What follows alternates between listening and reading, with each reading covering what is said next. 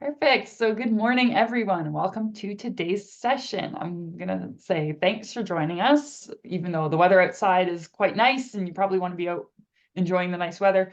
But before we start today, I would like to acknowledge that the land we identify as RTO9 is the traditional territory of the Haudenosaunee, Anishinaabe, and Huron-Wendat peoples.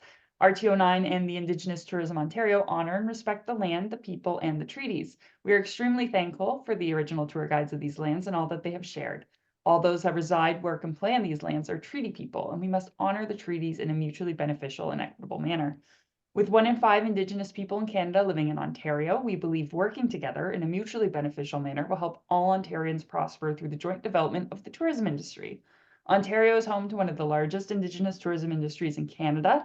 RTO9 and ITO are pleased to be working together side by side under an MOU to help advance the Indigenous tourism industry in Ontario.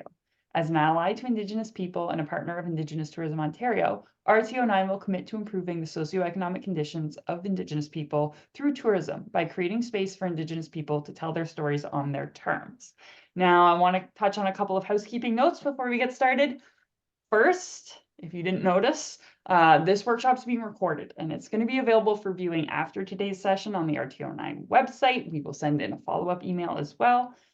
There will be a question period at the end, so if you have any questions during the presentation, feel free to pop them in either the Q&A box, which you can ask questions anonymously there, or you can put it in the chat window on the side.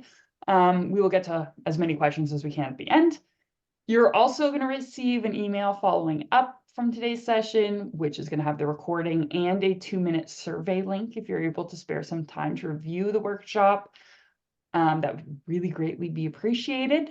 But without further ado, I'm going to pass it over to our friends at the Culinary Tourism Alliance to get started on what it means to get certified. Awesome. Thank you so much, Meg. My name is Gabby. I'm the marketing manager for the Culinary Tourism Alliance, and I'm joined by Kshitji, who is our programs coordinator and really is the backbone of our Feast On program. So we are so happy to be here today. Hello, bonjour, Annie. Thank you for having us, and let's talk about Feast On. Before we jump in, I did want to do a land acknowledgement for the significant contributions of Indigenous communities to tourism across the province. I'm calling in from what we call London today, and I acknowledge that my office sits on the ancestral territory of the Anishinaabe, Haudenosaunee, Lunapawak, and the Attawandaron, also known as London. I acknowledge that today this area is home to a vibrant population of varying Indigenous people that call the city home, and neighboring Indigenous communities, including the Chippewa of the Thames First Nation, Oneida Nation of the Thames, and the Munsee Delaware Nation. These nations are rich in culture and tradition. They are the original stewards of our land, and for many, the protector of the Thames River, a powerful force that joins the community to so many across the province. So thank you so much for joining us today. I'm going to throw it over to Kshitji to get things started. Hey, hi. Thanks for that, Gabby. All right, I'm going to first begin by telling you a bit about us, the Culinary Tourism Alliance, what we do, how we do it, and then I'll move on to the Feast On program first. So the Culinary Tourism Alliance is a not-for-profit founded in 2006 that works to bridge the gap between the food, the drink, and the travel industries. Our vision is to have food tourism recognized as a meaningful and sustainable contributor to local economies in destinations. And we basically do this through 3 broad ways: through consulting, marketing, and programming. Our consulting is done by the professional services team that works with destinations in developing tourism strategies. Marketing is actually the true storytellers who share your taste of place with the audience and amplify the voice of local business operators. And third being programming, and that's where the Feast On program lives with the events department. And I'd like to believe us to be the boots on the ground that work with our Feast On network to curate some damn delicious events. Yeah, next, please. Just want to touch a bit on agritourism. Agritourism being a subset of culinary tourism that focuses on the production side of food and drink by showcasing the unique processes, the people, and the places involved. It presents a unique opportunity for us here at the CTA by connecting the dots between local agriculture, experiences, and tourism. Yeah, next, please. Eating really is the only thing that a traveler is guaranteed to do when they're at a destination. And that's what the CTA That's what we here at the CT really believe, that food can enhance just about any visitor experience. So here's what a few examples of culinary tourism can look like. Engaging in agritourism activities like apple picking at a local farm, be it making maple taffy during a winter hike, or even enjoying a picnic of local and seasonal goods in a conservation area. Or it could be, say, participating in a guided fishing trip, which ends in a shore lunch prepared by a local chef, again embodying the essence of food tourism. These experiences not only allow a direct engagement with the production and the harvesting of food, they offer a tangible connection to farm to table principles. They also immerse participants in traditional culinary and sustainable practices that are central to a region's culinary heritage. And it is this holistic approach to food tourism that educates, engages, as well as connects visitors with local community and the food systems, and essentially just transforms simple meals into these immersive journeys that highlight the interconnectedness of nature, food, and culture. But next, please. Okay, so the people have spoken and they are hungry for local food. And I cannot emphasize this enough when I say that consumers want to see more locally produced foods in stores, markets, as well as restaurants. And the Ontario government has recognized that interest as an excellent opportunity to strengthen the local food sector with more producers, more processors, and more innovation. And the Feast On program is actually one of the outcomes of the Ontario Culinary Tourism Strategy. And now I'm going to tell you a bit more about the program. Yeah, next, please. So I could give you the sales pitch about Feast On being America's largest and longest running local food certification program. But at its core, Feast On is a certification program that recognizes food service operators that are champions of Ontario food and beverage. We find them to be committed to sourcing and celebrating local Ontario food and drink, and we certify restaurants and experiences by auditing their books to assess their annual contribution to local ingredients. We also showcase growers and producers who are a crucial link to this movement. And Feast On certifications just lets consumers know that the businesses that they support contribute to the local food economy. We are a provincial program, and 2024 marks the 10th year anniversary of the Feast On program. Launched in 2014 with about 30 restaurants in our network. Today, we have over 140 restaurants, experiences, growers, and producers at the moment. Yeah, next, please. There is actually a lot of greenwashing when it comes to local food, and we'd like to address that. And hence, we follow Foodland's definition of defining local, meaning that the ingredient must be grown, raised, and produced in Ontario. And I just implore all of you all to check out their website for more details on finding local. Yeah, next. Broken down into what we call the food tourism value chain is into four broad categories, one being restaurants and experiences, wherein we not only cover food service establishments, we also cater to food trucks, pop-ups, as well as catering companies.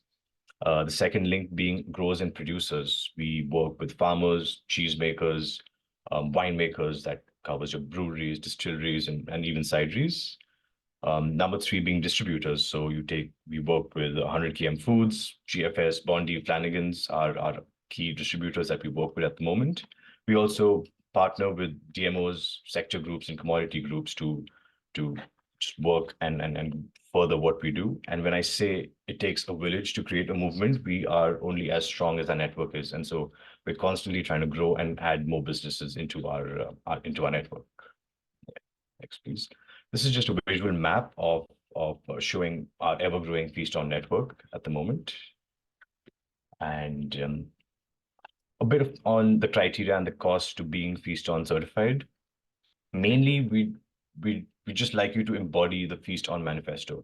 So procure local food and drink, identify the origin of these items on your menu, track and trace these purchases, and eventually develop Ontario's culinary identity by championing local. We do have minimum criteria being that 25% of your annual food as well as alcohol receipts showcase purchases on Ontario-grown food and drink, respectively, with an additional commitment to serve at least one glass of both red and white VQA wine from Ontario. And of course, we are an annual certification, and it costs $500 to be part of the network. It renews on an annual basis. That being said, we have funding at the moment from OMAFRA to cover your first year's certification fees. This is again limited to a business, so I'd like you to contact me after this, and we can work out how this works out. But we do have funding right now to cover your first year's costs absolutely for free, with you only needing to renew next year if you choose to become certified.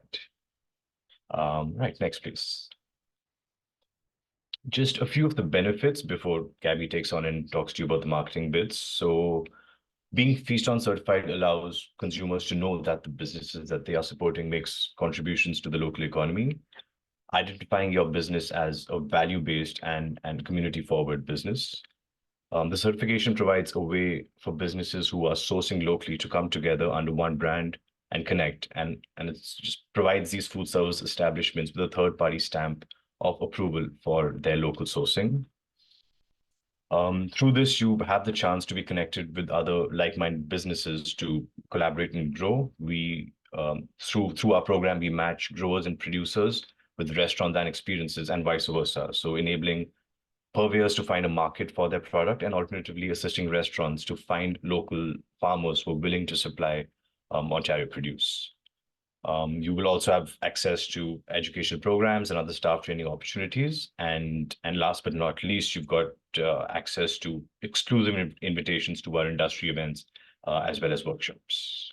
All right, Gabby, over to you.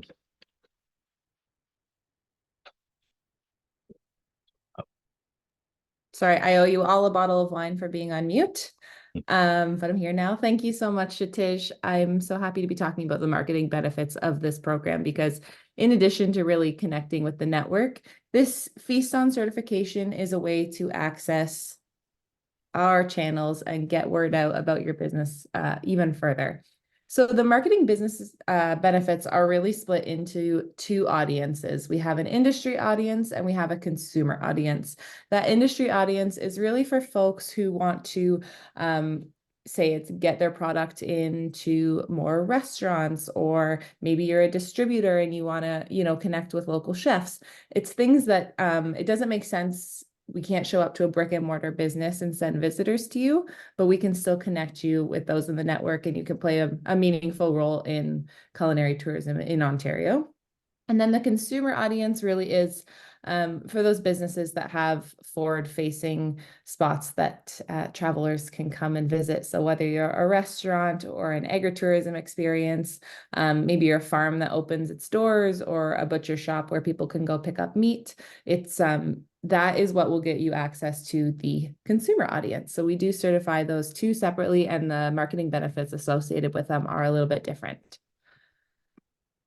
So let's start with that consumer audience. Like I said, this is for businesses like restaurants, food trucks, craft beverage producers, depending on what you're looking for. If you're looking to get your craft beer into restaurants and you're really looking for those B2B connections, we can certify you on the industry side and align you with those benefits.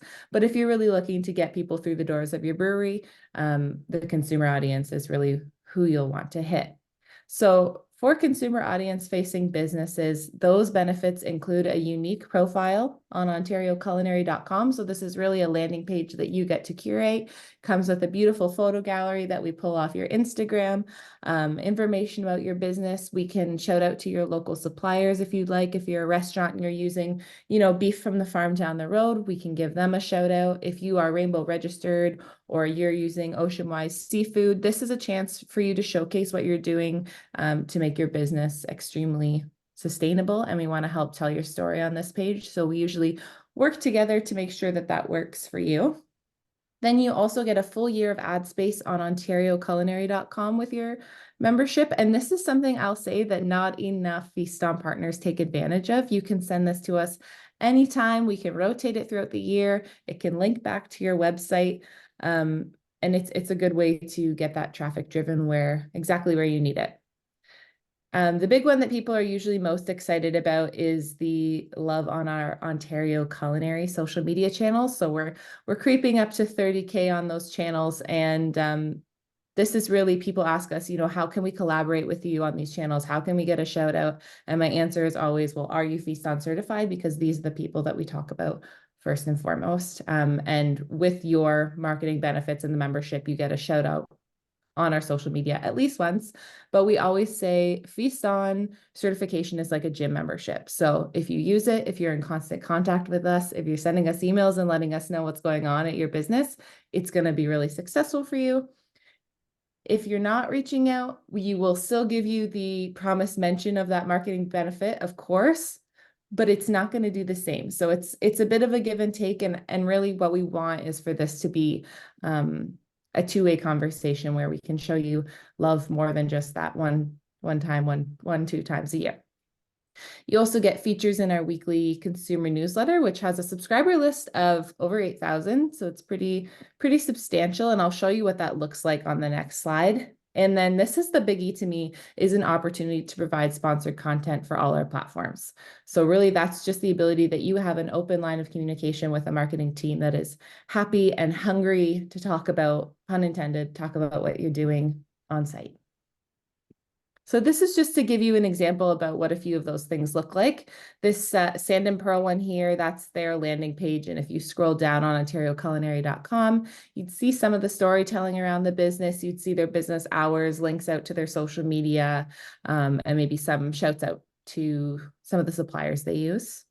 This Spotlight Ontario Feast On Kingston, and I totally covered it up, but this is a newsletter feature on Toast and Jam and Otter Creek Kitchen in Kingston, 2 of the 8 certified restaurants that Kingston has.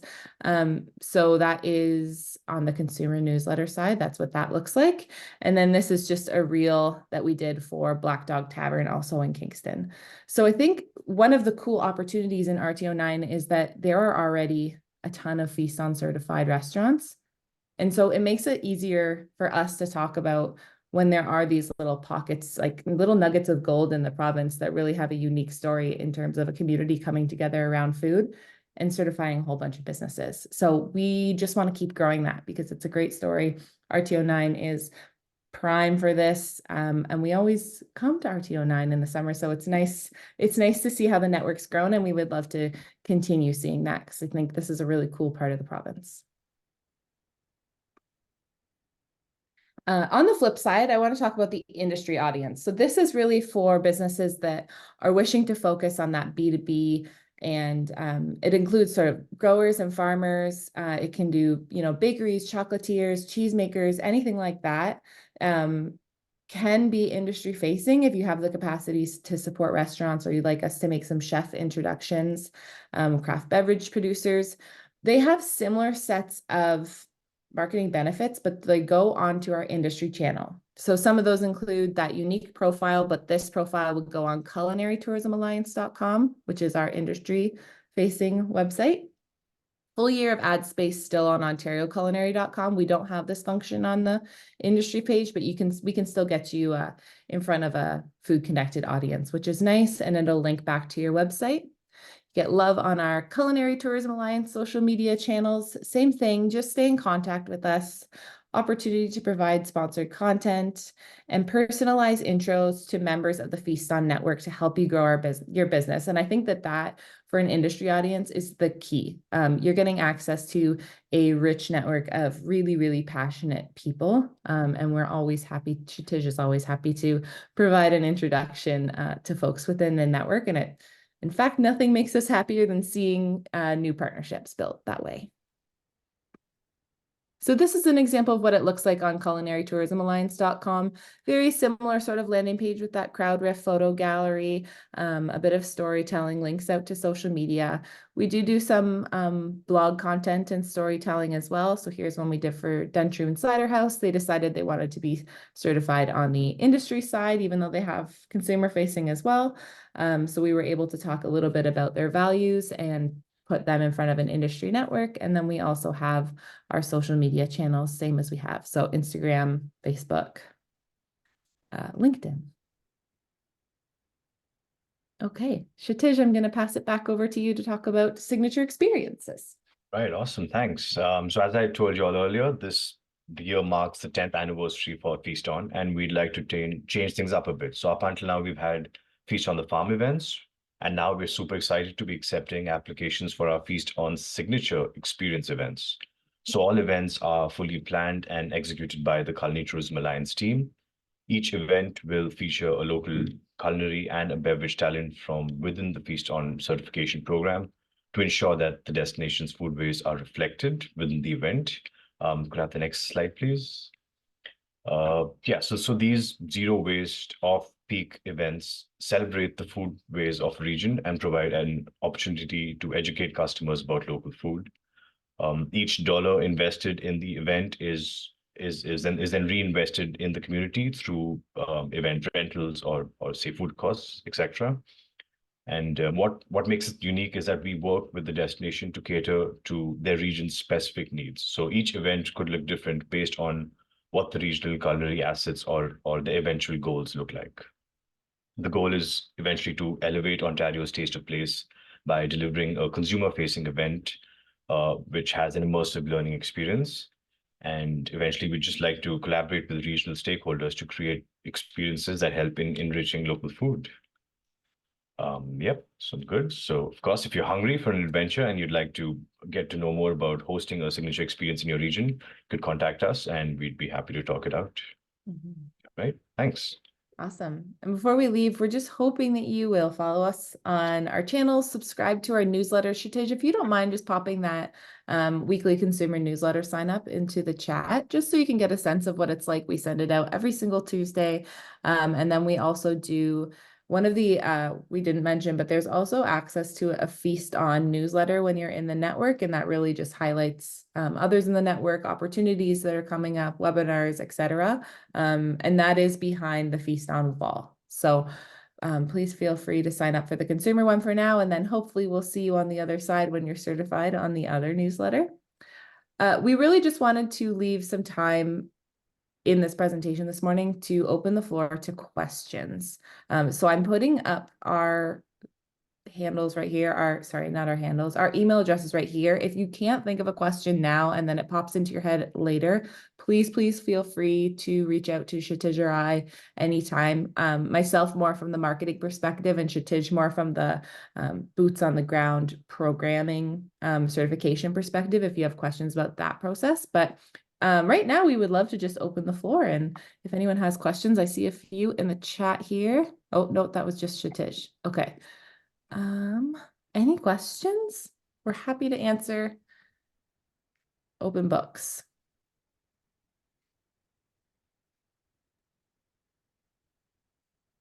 I don't see any questions coming in quite yet, but maybe we can inspire some questions along. So do you have any examples of, I mean, I could probably put them in the chat also. RTO9 often works very closely with CTA, and we also do some of these experience vlogs that we have the lovely folks from CTA come down and go and visit a whole bunch of our CTA restaurants, and they do fun activities while they're here. So maybe do you have a channel of which, like, maybe can you share something that you guys would have done in the past? I can also pull something up too if you wanted to see just an example so people can kind of visualize the experiences that you guys come and do and how they could get involved in those experiences. So we came down, for example, last summer, we did a 3-day trip through RTO9, starting in Prince Edward County. And we really, on these trips, we visit places across the culinary tourism value chain, not just Feast On restaurants, but if there's a Feast On restaurant in the region, we really do try to prioritize visiting them, of course. So we stayed at the Waring House, they're Feast On certified.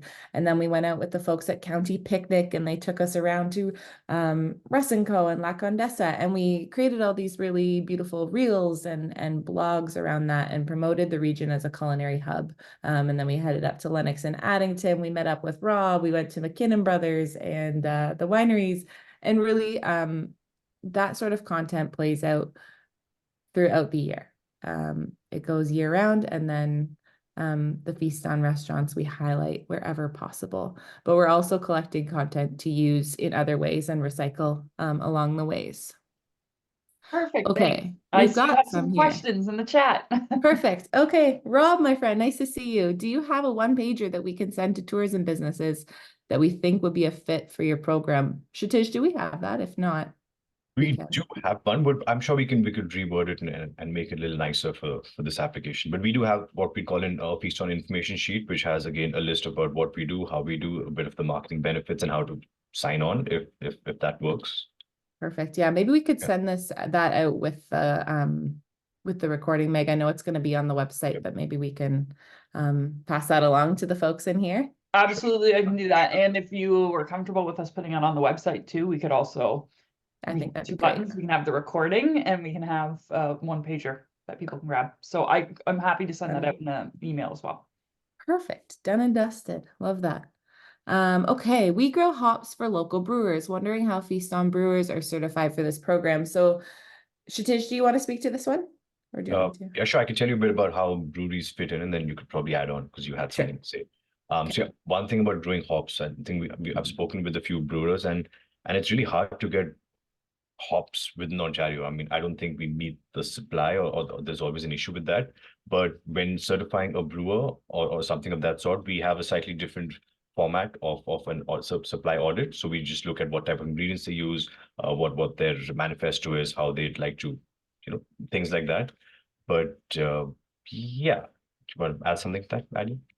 Yeah, I was just going to say brewers can sort of fit in two ways for this. So if they are looking to get their beer into restaurants, they would feast on from the industry side. And if they're looking to get people through the doors of the brewery, they could feast on certify through a consumer lens. And Kshitji, correct me if I'm wrong, but in that case, it can also look at things they're selling in their tap room, right? So it would be the beer, but it could also be, maybe they're selling local cheese and things like that. Am I correct in saying that? Yeah. That's correct. Yeah. So there are ways to get creative around things that are tougher to grow here. Now I see you're actually growing the local hops, so I think that's super cool. And for you getting Feast on certified, I know this isn't necessarily your question, but it would be a matter of connecting you with local brewers, which I think would be super cool because we'd all love to see more Ontario hops across the province in breweries. So please let me know if I didn't fully answer that question or we didn't fully answer that question, but I hope that helps. Yeah, Ontario hops are very much available in quantity. This is a problem when brewers say their beer is local when their ingredients are, and we really do encourage them to be very transparent about that. We're not trying to greenwash anything. We're just trying to find creative ways for if they aren't using as many, what else in the store is local. But of course, the first primary objective is to get them using local hops as much as possible. And I feel your struggle there, Grace, absolutely. Let me see here. The benefits you mentioned, social media. Do you highlight social media that we post or do you create your own post? It's a mix, Jacqueline. So we do create our own posts, but if we can't get out to the, so there's over 100 Feast on businesses in the network. And of course, we can't get out to them all. So we'll often lean on you to provide photography or vertical video. But we can also share your posts to our stories, of course, where we can, we're creating original content. And then some folks have also given us access to download video off their Instagram and sort of repurpose video content to create some fun reels. I would also be interested in a one pager. Perfect, Heather, we can definitely do that. In your requirement, the total annual receipts need to go from December to January or any 12 consecutive months? That's a question for Kshitji. Oh, okay. So we actually don't, we just need 12 consecutive months, as in when you obviously apply to be Feast on certified, we'd like to see something before that. So we can do a Jan to Jan or a March to March, depending on how it aligns with your business, of course. So we're flexible that way. Awesome. What is the administration needed to ensure that businesses are meeting their commitments? So maybe you can talk a little bit about what that audit process looks like, Kshitji. Okay, sure. All right. So there is essentially an Excel sheet which we send out to businesses to fill in. which details the names of their suppliers along with contact information. It gives there are two columns, one for a total dollar amount for your total spending, and one for an amount that is local Ontario spending, because we understand people can't source 100% of Ontario, so we have a criteria of 25%. So after I have those details, we on our side conduct an auditing process. So we contact the suppliers either through an email or a phone call, and we sort of cross-reference and vet these purchases to make sure that they're actually they actually coincide with each other. And of course, if you then meet the 25% on food as well as alcohol, then we go ahead and process your application. Otherwise, we obviously work with you and we try to help you and give you suggestions of how you can meet that minimum criteria. And we've noticed that most businesses meet anywhere between 40 to 60% of their produce being local. And so that's why we say, I don't think honestly 25% is that hard a commitment to ask. Yeah. No. I'm just gonna pop, I didn't check the Q&A. Okay. Access to staff training. Is there a cost in addition to this yearly cost? And give you an example of the training you offer. Yeah, so we do, usually if there's an additional cost, it's a DMO bringing us in, a destination marketing organization or a regional tourism organization bringing us in to do something like this. But as far as one-on-one with your business, Kshitji, correct me if I'm wrong, but those are free and open conversations we can talk about. So maybe it's about connecting you with another local chef in the network who is really great at sourcing local or has some really great connections. That sort of training is available.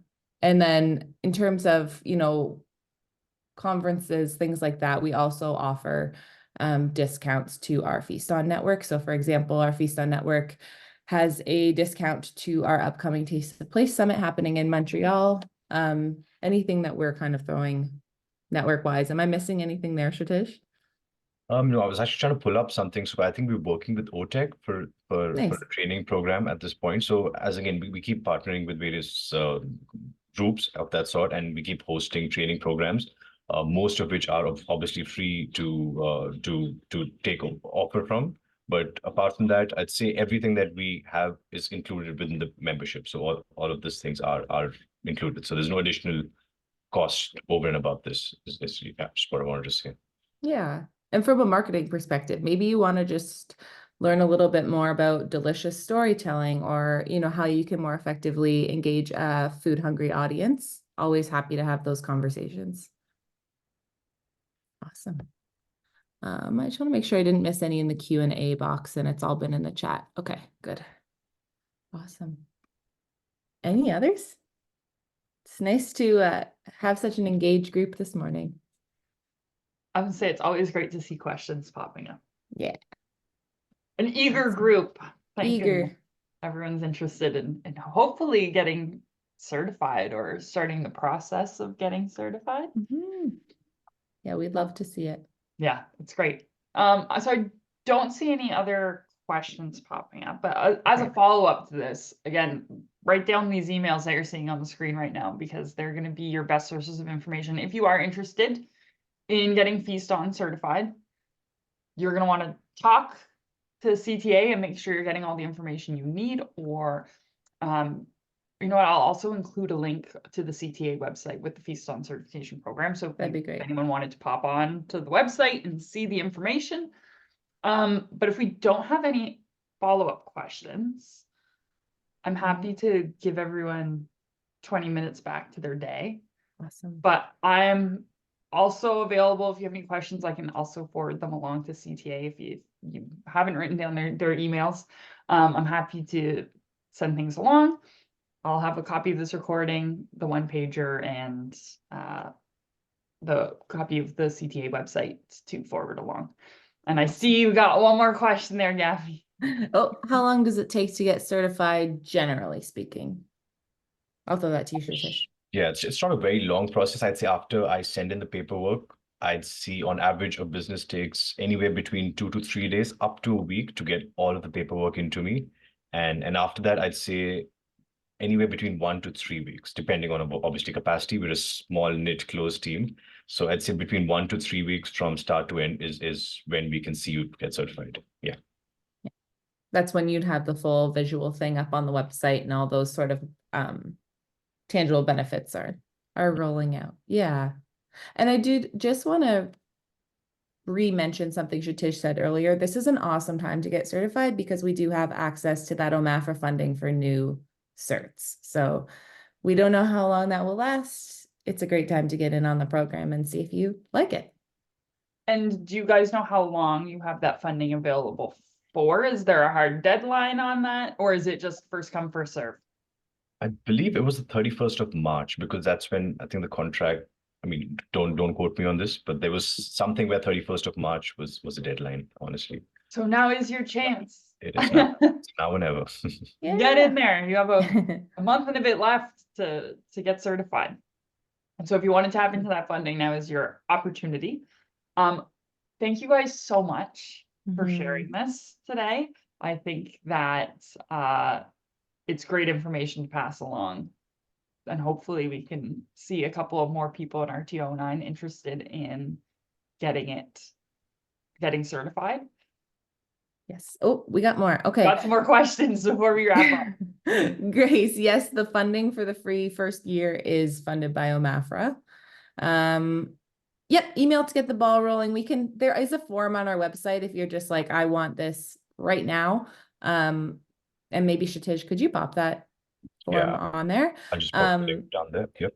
But if you have questions about it before you get the ball rolling, please reach out. And thank you, Neil. I'm glad it was informative. And just confirming that is 100% from OMAFRA. Yes, Your sorry, entire 100%. first year is free. You It's do not free. pay for your first year. Correct. So you can get certified, see the benefits of being certified, and then if you found it something very useful your following year, you probably have to end up renewing your membership and paying, but you've already gone through the process and you know all the benefits of the program. So this is a really great opportunity if you're really interested in getting it, because there's the only cost right now is time of submitting some stuff. So it's a good opportunity. If you're interested, jump on it. Yes, but please. Thank you, CTA, for coming and giving us this presentation today. Really appreciate it. Thank you for having us. Such good information. And for anyone in the audience, feel free to follow up with questions. Hopefully this has ignited your imagination and your motivation to get certified. Again, it's free. It's the best opportunity. So feel free to reach out with questions. Happy to answer them. But if there's no other questions, we'll give you your 20 minutes back and have an amazing day. Thank you so much, everyone. Thank you. Look forward to hearing from you all.